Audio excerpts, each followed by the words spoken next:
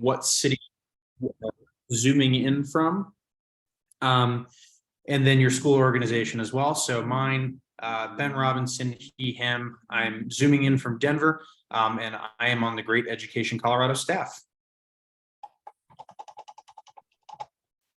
All right, so our goal for the Great Education Colorado Advocates Network is to create a space for us to build community and to take action together. We meet the second Tuesday of every month from 4:30 to 5:30 p.m. As usual, you will have a chance to register for the next meeting before anybody else gets to. I will put that link in the chat momentarily so that you can hop on that right after we get out from our breakout rooms. Community commitments, as always. Number one, move up and move back.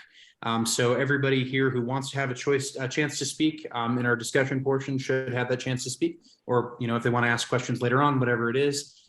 Two, no one knows everything, but together we know a lot. Let's learn together. We come from all over the state, different school districts. We've had different experiences with education in the past.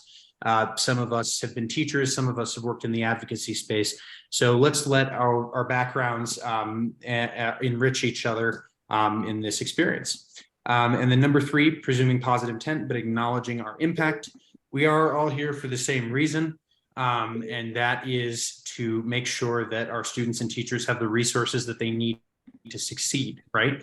And not even, you know, just to succeed, but to prosper, and that our students have the chance to go into the world and get good jobs and et cetera. So presuming positive intent, but acknowledging our impact, we all come here with that intent. Sometimes we say things that could be harmful, could be hurtful. And so if that does happen, please acknowledge what you've done, and then we will move on to other things. All right, so as usual, our process here is listen, learn, lead. And our listen question for today is right up there on the screen. What resources do public schools in your community need in order to create welcoming, safe, and challenging learning environments in 2023 and beyond? And if you want to sort of contextualize this question, think about the resources that you had growing up. And perhaps from your point of view now, resources that don't exist anymore, or something like that. But to sort of think about it in that way. So I am going to go ahead. I'll give you a couple more seconds to look at this prompt, and then we will go into breakout rooms, and I will go ahead and cast this question into your breakout rooms a few times in the time you're in there.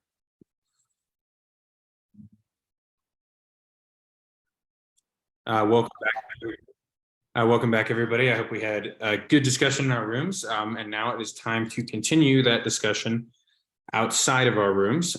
So I am going to go ahead and just put the question in the chat so we can see people's faces, so it's not just the question across the screen. And we will have until about 5 p.m. To discuss this, and we're going to move on to the next part.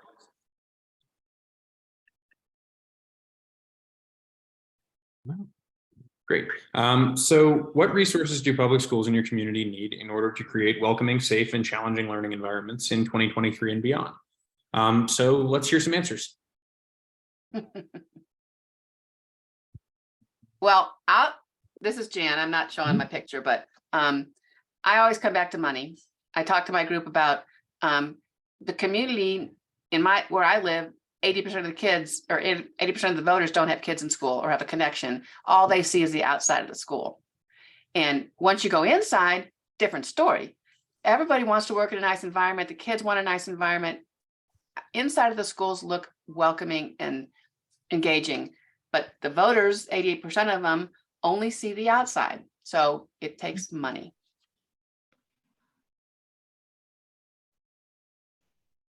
That was one of the things that we talked about. This is Kathy Wilson. This is that was one of the things that we were talking about. And in fact, Susan got kind of cut off as we came back in here.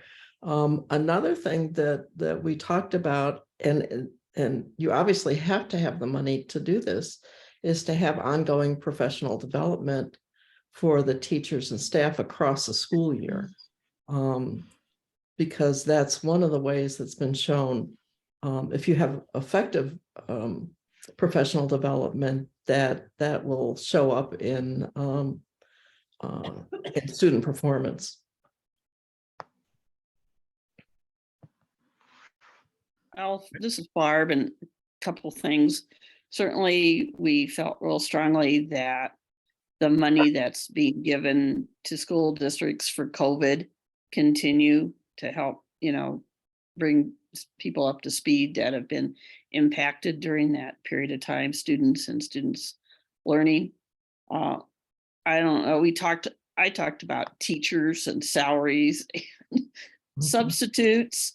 And then we had a large part of our conversation was about leadership and school boards, and we really need some strong leadership on school boards because I don't know, we had El Paso County and Weld County talking about how we're losing ground, and it's very scary about the whole school board elections coming up this fall.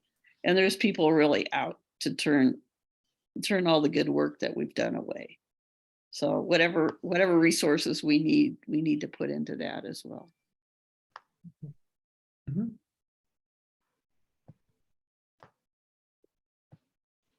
We talked in our group again about teacher salaries and morale, and lack of funds for substitutes and bus drivers and kitchen, etc. And talking about the need for partnership and strong leadership from the legislature to help us, because they do have to deal with Tabor, and there's not enough for anybody in our budget. So that's primarily what we spoke about. Okay. Martha, you can add, or Barbara or Paul.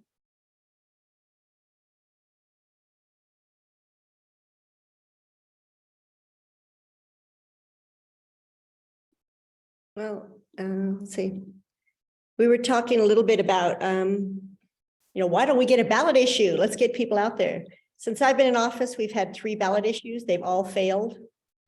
The 4th one, we didn't get enough signatures for. So I'm a state representative. What you'd really like is to have the state do something, but that's so much easier than it sounds to do something. We can run ballot issues. We have no power to raise more funds. We can only use what we have, and you can only use it up to a certain point. Last year, we gave 10% more money to every school district, and a lot of districts automatically gave every one of their employees a 10% raise.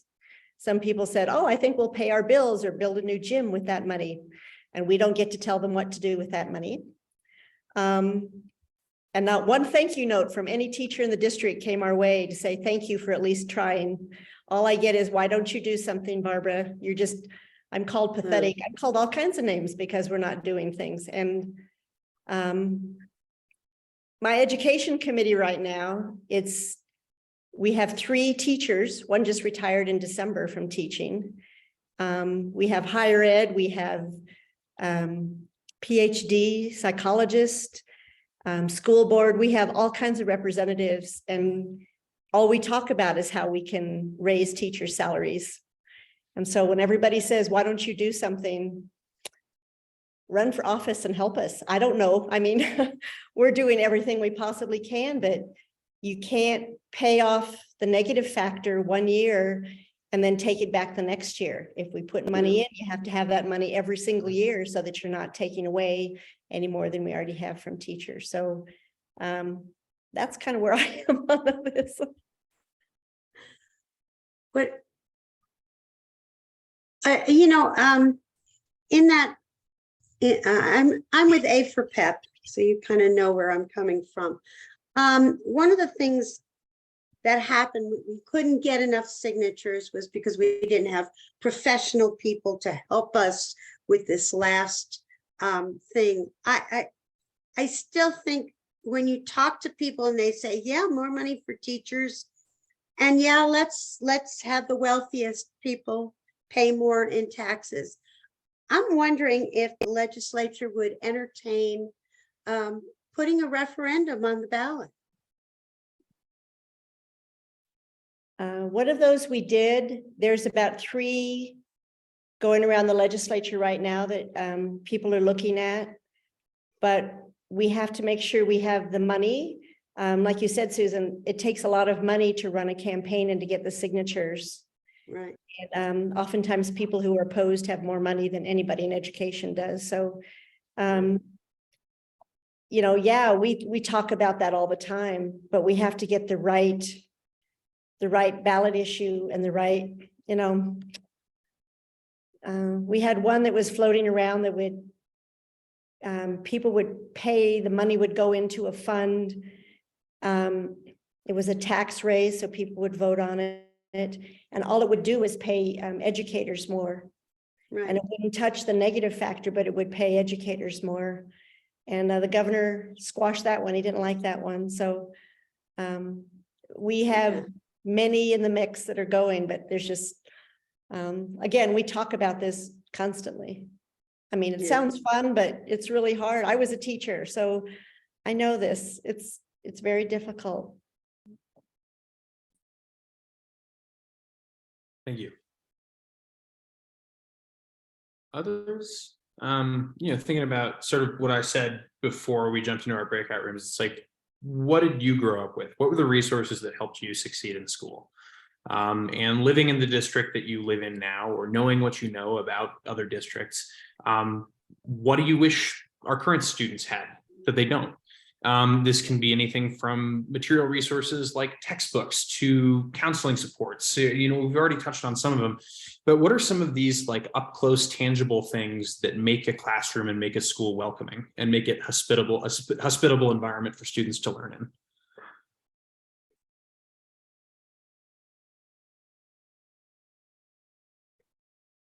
Creativity. Letting teachers be creative again, instead of locking them into just teaching for that test. Allowing them to use their professional judgment to be creative. I talked about a school in District 11 that was one of the lowest socioeconomic populations, and the outside of the building looked pretty crappy, but the inside, man, once you walked in that door, it was bright and welcoming, and it was the teachers, the staff, and parents that did that, and it made the kids happy. It was bright, and I knew that they liked being there, and perhaps it was more fun being there than being at home, so I think there are environments, no one wants to work in an ugly place, so teachers and staff basically work to have their workspace look nice, and so that happens, and people that never go into a building never see that. Thank you, Jan. Bev, and then Barbara, and then Martha. I would just say smaller class size does make a difference. They keep saying it doesn't, but I think it does. Teachers have the time to work individually with the students. The students feel like they're being recognized and noticed. So I want to add that. Barbara? Yep, well, certainly buildings that are in good condition don't have leaky roofs or things that need a repair. And I don't know, I always felt like teachers who were well prepared and enjoyed teaching and were allowed to teach made it exciting for me. All right, thank you. Martha, and then Max. I think you also, in addition to having great teachers and enough counselors and that kind of thing, you also want to make sure that the kids have music and arts and physical activities and sports teams, and as they move on up in the academics, serious science labs where they can actually learn the science that they'll need in order to go on to college or technology or whatever. This is 2022. I mean, we're in the 21st century, and kids need like really serious science labs, and I think a lot of schools aren't able to do that. I think that is a great point, Martha. Max, and then Kathy, and then Lori. Hi, I'll also just take this opportunity to quickly introduce myself. My name is Max. I use they, them pronouns. I just joined the team at Grit Education Colorado, so you'll be seeing more of me. Something that we talked about, that I've been thinking about a lot is I have a lot of friends who either are and want to quit teaching or were teachers and quit teaching. And I feel like just regular turnover is something that like we're losing really great teachers. And I think the problem with that is the working conditions of teachers. They aren't compensated correctly. They are working far more than 40 hours a week, which we know is not good for the soul. They don't have the necessary resources to help their students that have behavioral problems. Yeah, I mean, at the end of the day, we know that this all comes down to funding. So the answer is funding. Thank you, Max, and welcome to the team. And I'm sure everybody, you'll be seeing more of Max. So, all right. So we're going to do last couple questions here because we're at 5. So I'm going to go Kathy and then Lori. Okay, still with the same question, I'm assuming. Yeah. So we need to have teachers and parents have reasonable expectations for all levels of students so that they are optimally challenged in the courses that they have or in the classes that they have, and have interesting work to do, interesting instruction, interesting requirements of them. And that's what gets them motivated and engaged in school and performing well. I could not agree more. Thank you, Kathy. And then let's round it out with Lori. I agree with everything that everyone has said. And then just one other issue, I think students and staff need to feel safe at school. And that is something that's come up that really, I think, jeopardizes a welcoming environment. Thank you very much. All right, everybody. That was awesome. I will repost some of these answers like I did last time without names in our follow-up email so that we can reflect on them further if we'd like. But I think that was an awesome discussion, and thank you, everybody. We are going to move into the next part of our agenda here, and let me share my screen real quick. This is the learn portion of the agenda. All right, learn. So, well, here's the slideshow. There we go. All right, so we just talked a lot about what we need in schools in order to make these welcoming, safe environments where students are accepted and challenged and so forth. And so, but the issue is, how do we measure enough? How do we measure what that is, basically? So one thing we could do that's already been touched upon is we could just get rid of the BS factor. But as Representative McLaughlin said, that can just come back. And as many of us know already, you know, it has, like we pay it down and then. So we know that that's not a long-term solution, and we know it's not just the thing that's going to get us what we need. In fact, it's going to get us, if we paid down the BS factor fully, we'd be at 1989 levels, which is a little bit ago, and obviously not adequate for today. So that would be, as I just said, 1989 inflation adjusted per pupil rate. Okay, so this chart is a tiny bit old, but it does get a point across, and we can elaborate more on it. And so this is what we like to call the falling line graph. If you've been to one of these before, you may have seen this thing. So up in the top left-hand corner, there's this tiny little gray box that says difference between Colorado and the national average. And that line that is running straight across, that sort of gold line that's running straight across, is the national average. And that falling red line is us over the years, right? To where in 2018, if we read down there, we are at 2205 per pupil below the national average. So we can compare those things, or we can study the foundations for success. Why do a study? So a majority of states conduct what are called costing out studies before rewriting their school finance acts. In order to craft policies that adequately, equitably, and sustainably fund our public schools, we need to know how much it would cost, right? So over half of states conduct costing out studies before they rewrite their school finance act. But Colorado hasn't, at least not yet.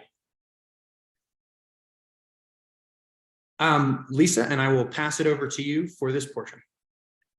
So what does a costing out study look at? And one way to think about it is if you were to compare, say, the legislature deciding that we needed a new road from Denver to Pueblo.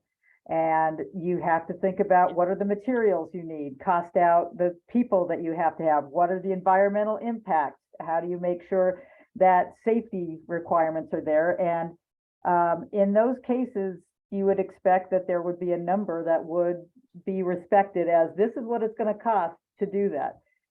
In Colorado, especially, we do that. We've done that with standards. We've said this is what we want of every student. We want every student to be able to meet the standards, and we have this much money. We just happen to have this much money to take care of it. So it's as if saying to the folks who are going to make that highway, we need you to do everything according to specs and safety, and we have $20 million.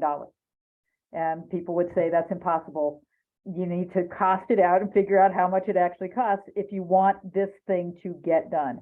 So a costing out study looks at, the first thing is looks at what it would cost and what are the, more importantly, what are the resources necessary for a student who has no special needs, so not at risk, not learning English, not needing special education services.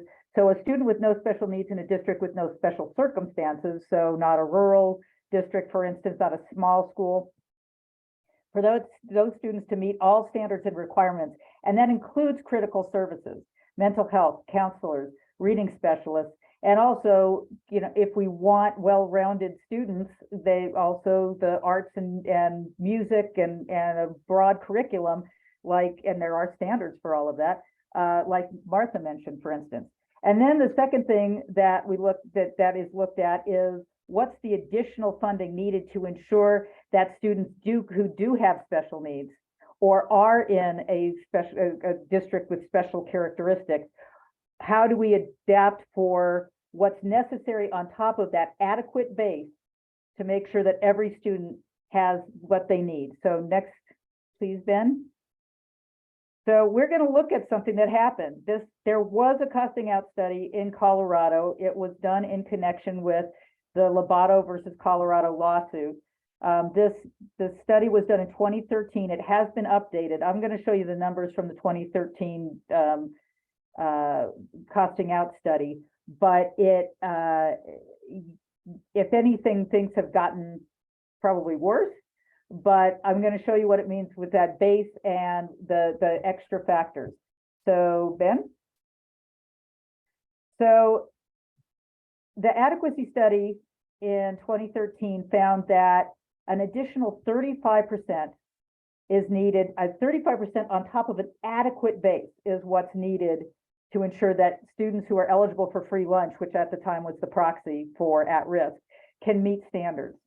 So you see that the base, and the base is the same in all the slides I'm going to show you, is just a little under $8,000. That's what the study found is necessary to meet the needs of students with no special needs in districts that don't have special characteristics. And on top of that, 35%. Now, again, these numbers are a decade old. So these numbers would be much bigger now, but percentage-wise and sort of in relation, they're very similar. So that would take you to over $10,000. Colorado started in 2013 with a base that was $2,000 below what was deemed to be adequate. And on top of that inadequate base, we added about 12% per at-risk student. So you can see the difference that was $2,000 just between the base and what was in the adequate base in reality. Once you take into account how little extra we were able to spend on at-risk students, that difference is now closer to $4,000. The next one, and you'll see there's, this is ELL funding, and you can see the same comparison. Our ELL funding has gone up somewhat.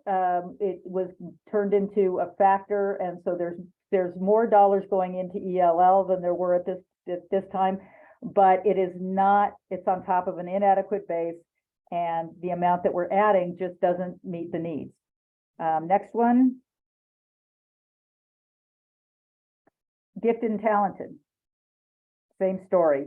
They found that an extra 25% was needed to meet the needs of gifted and talented students. For those of you who have been who have been in the GT world, know that keeping GT kids interested and moving forward is actually, they need additional attention, and you can see the difference there. And then I think the last one is special education, and the study found that additional 73 to 700% is needed. So a moderate special education student, you can see, is by more than 2 times more is what's needed.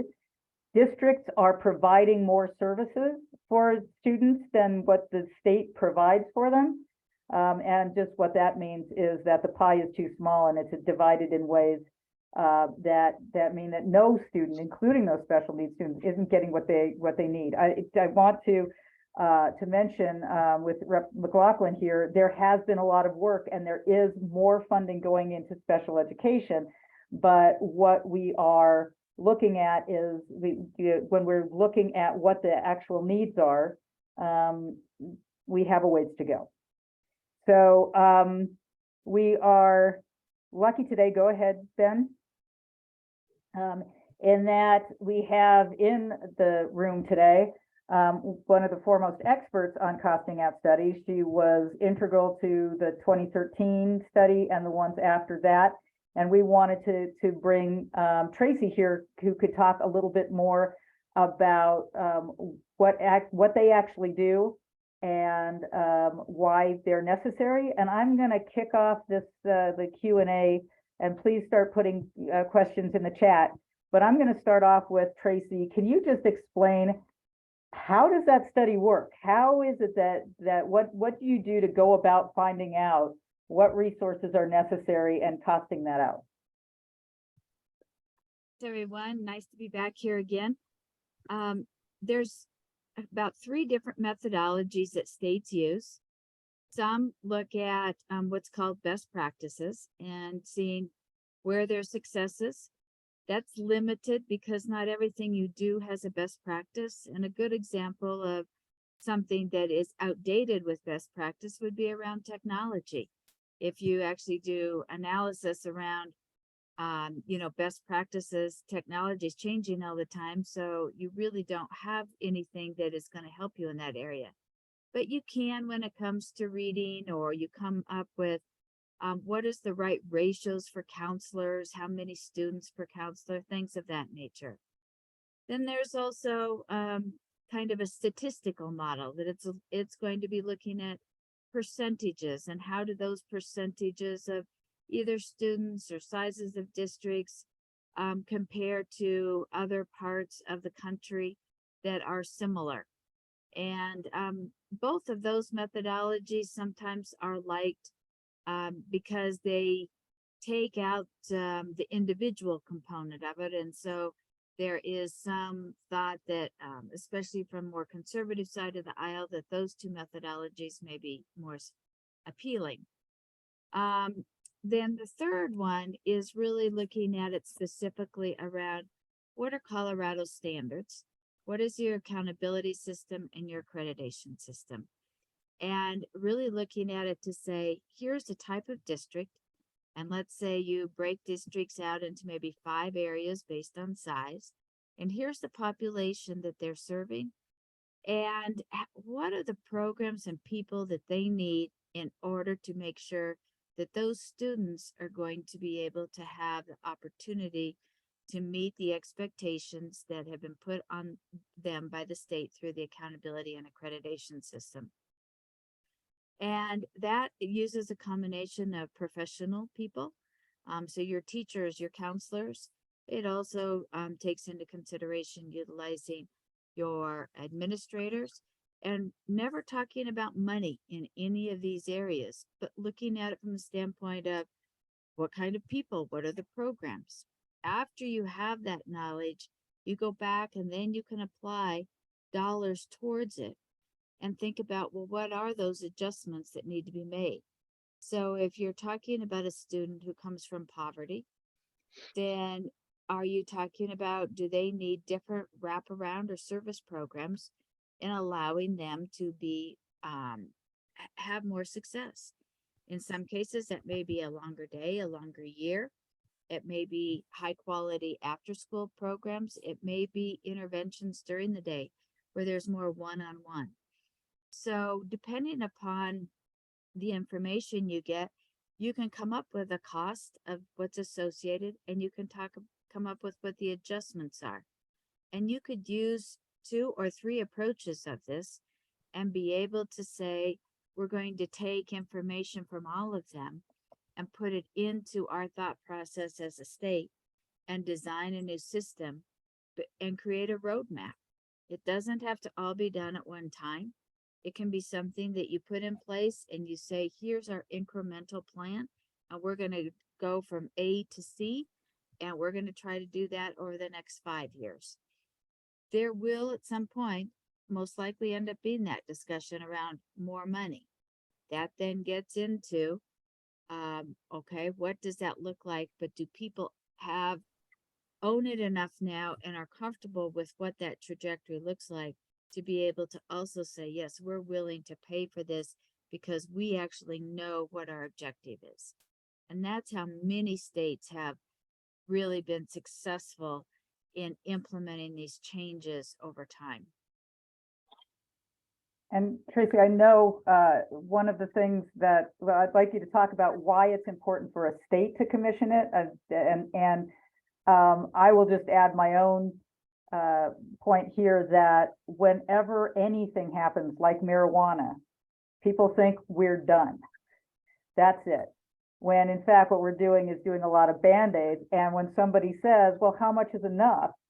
You know, my response now is, well, let's find out, because we don't know. So can you talk about how some states have done it, why you think it's important at this time in Colorado history? Well, I think when the state does it, that means that they have come together and they know they have an agreed upon agenda basically, and they say, okay, these are our standards. We use them for our accountability and our accreditation process. So let's figure out what is the best way to deliver those standards in the different types of environment that we have in Colorado, and then create a plan for implementation. Without that, then it's just this idea that somebody has about, well, we think these students need more, or this group of students, or this type of district, but it's not based on any analysis. This is a great way to have that analysis and really guide you in thinking about how you want to make the changes in your formula. And you can also put accountability mechanisms back in and see, okay, did these decisions that we made as a legislature make sense? And how are we going to assess the investments that we've made to assure that our students are benefiting? And many states have done that as well. Please put in any questions in the chat, and until you do, I'm just going to keep asking them. Well, now, Lisa, let's open it up to see if anybody has any Okay. questions. Are there any questions anybody would like to ask about the costing out study? We've sort of heard an overview from Lisa and Tracy and how it works. But other questions specific to your own interests in school districts? Max. I was just wondering who other than outside this meeting receives that information, and how that information is disseminated, whether it's through like an email or a report or a presentation. Well, so typically, again, when a state commissions something like this, they have a communication plan and they have an engagement plan. And so that they then are able to let people know kind of what they're thinking. There's opportunity for feedback loops. There's an opportunity to be involved in looking at the process. And I think that that gets to the fact then that people buy into this.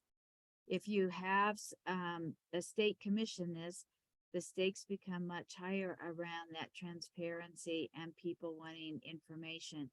And so I think there's a huge value in that.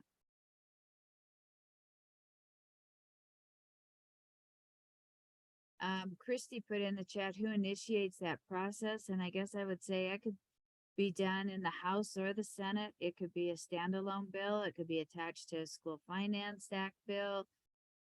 There's many ways that it could be done. Kathy? I was wondering how long one of these studies take to complete. So, because things change, and also would the Department of Ed be part of the process with this? Typically, the department would be involved with the RFP process and providing the data and information. But as for having the actual technical support and knowledge around how to do the studies, no, they would contract that out. And there's probably 4 to 6 entities across the country that do that type of work. As for how long it would take, it would depend on what methodologies the state decided that they wanted to use. And so you're probably looking at somewhere between 6 months to a year, depending upon the number of approaches and just being able to have access to the people. It might be, and then to do the modeling.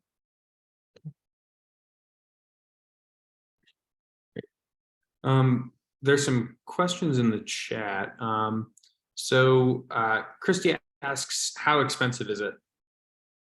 Again, it's going to depend on what a process is and they want to utilize. So if you are looking at wanting to utilize one approach, your costs are obviously going to be much less than if you decided to use 3. But you're probably looking at somewhere between $500,000 to $800,000.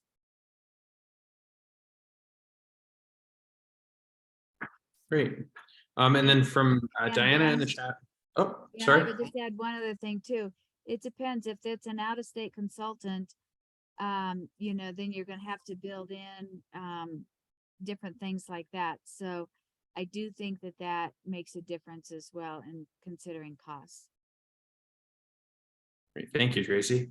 So Diana asks, how have things changed since Lobato versus Colorado and the costing out study that was commissioned? What's changed is you've changed some of the standards and accountability and accreditation. You've added new legislation around expectations for K-12. And so you start with including all of the updated statutes to make sure that you're including them in the analysis that you are looking at for making sure that you have an inclusive education plan that has been put in place by the legislature.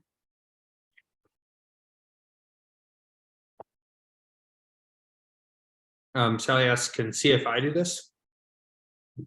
No, CFI really does not have the technical skills around K-12 to do something like this. You're really talking about somebody who is specifically focused around school finance and have done this type of work across the country. Great, thank you. Other questions?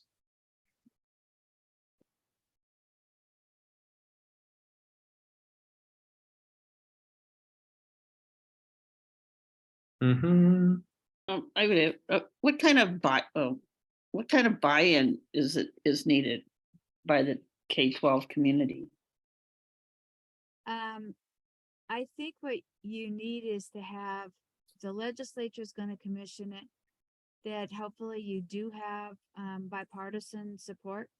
Obviously, it's not necessary given the makeup of where Colorado is right now. But I think if there is the, an opportunity to present different methodologies to the education committees and finding out what their agreement level is and what they see as their vision.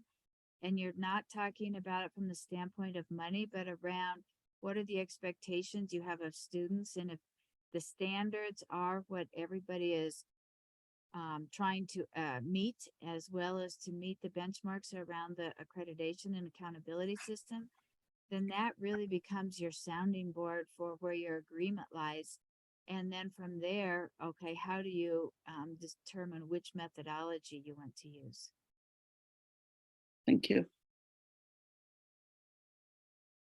Great. Others? I know Sally added that she meant CSFP. So Tracy, you want to respond to that? And then I should say Tracy is the executive director of CSFP. So CSFP probably would have be able to partner with an entity very easily. But I think that most likely it would be good to also make sure that whoever does it would be bringing in some national perspective. So we have done the analysis and worked with a national consultant in the past when we've done this, specifically to make sure that we are looking at it from a national perspective.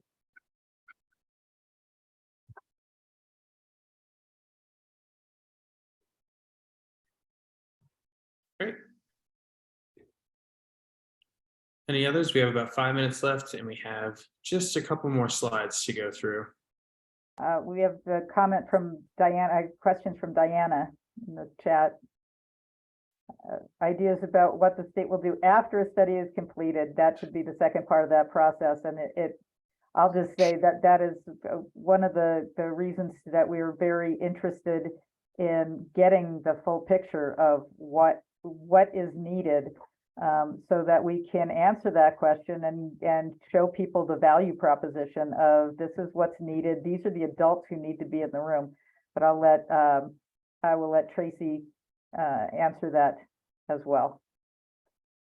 Yeah, I think that, from that information then allows hopefully that continued conversation of developing a plan for implementation and looking at it from the standpoint that this is your opportunity to create that roadmap like I talked about, and figure out how you want to move forward. Obviously, that would be the desired outcome.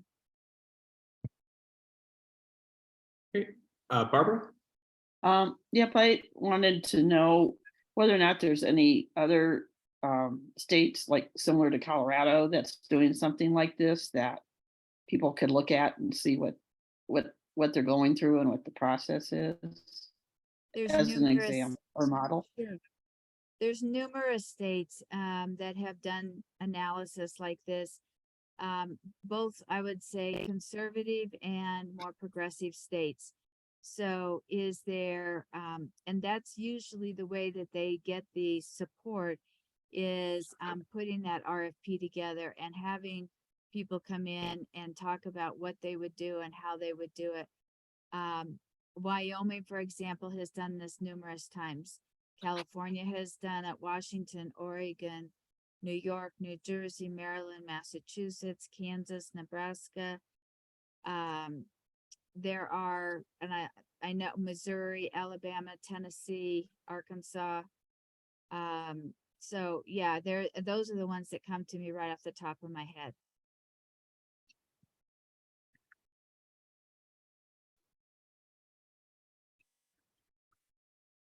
Christy wants to know, do we have any legislators interested in such a study? I will say that we are talking with a number of legislators about it and just sort of floating the idea, and we have some interest, and we'll definitely keep everybody posted, and we'll give folks a way to take action when that if and when we have that movement inside the Capitol.